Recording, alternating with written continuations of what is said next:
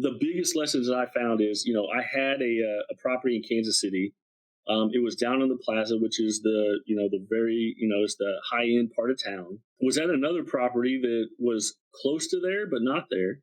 And when I applied to go to the larger property, I was told, oh, no, you can't go because when you came to this property, we were very close to losing management of this property. It was for Lincoln Property Company, so we were fee managed.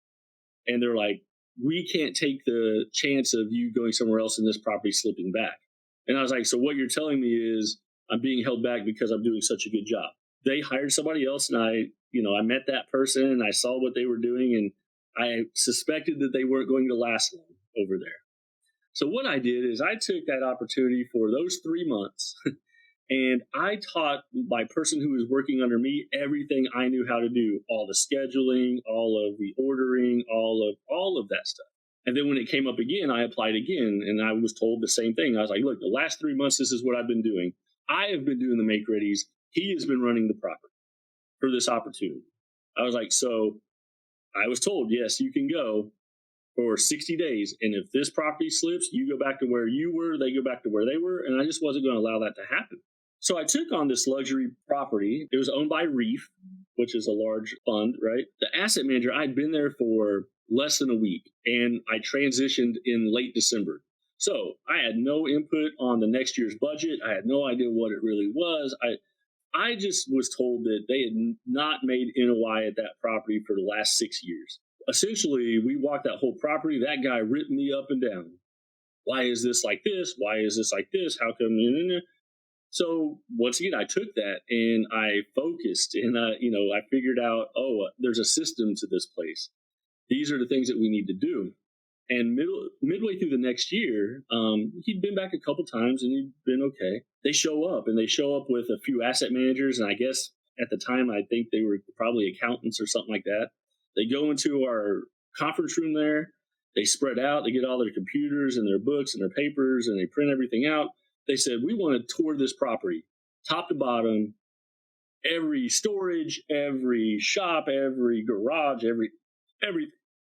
So we went out, we toured, we looked, and we got back in, and everybody just started getting back into their computers and things. And so me being me, a little bit younger me at the time, I was like, excuse me, I'm sorry. I just need to know before I walk out of here, is there something wrong here?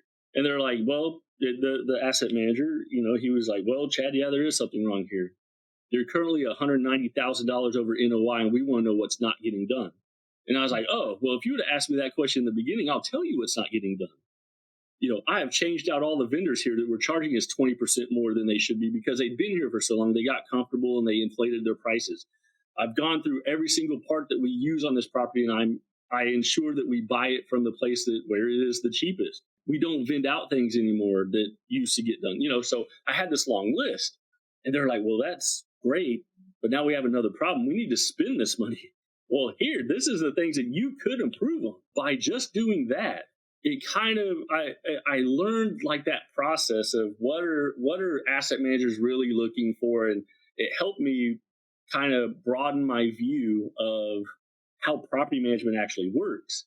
A few months later, the guy came back in town. He used to stay at a hotel right across the street, essentially, and he knew that I came in early every day, so he came in early, had a cup of coffee, and he's like, Chad, you know what? He goes, I got to tell you something.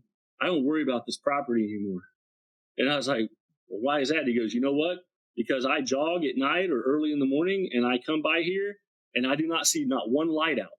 And I know if there's not one light out, that everything else is getting done. Knowing that you have to do it a certain way. And I think that one of the biggest things is you have to treat the people who work for you with respect and in a certain way, but you have to be honest.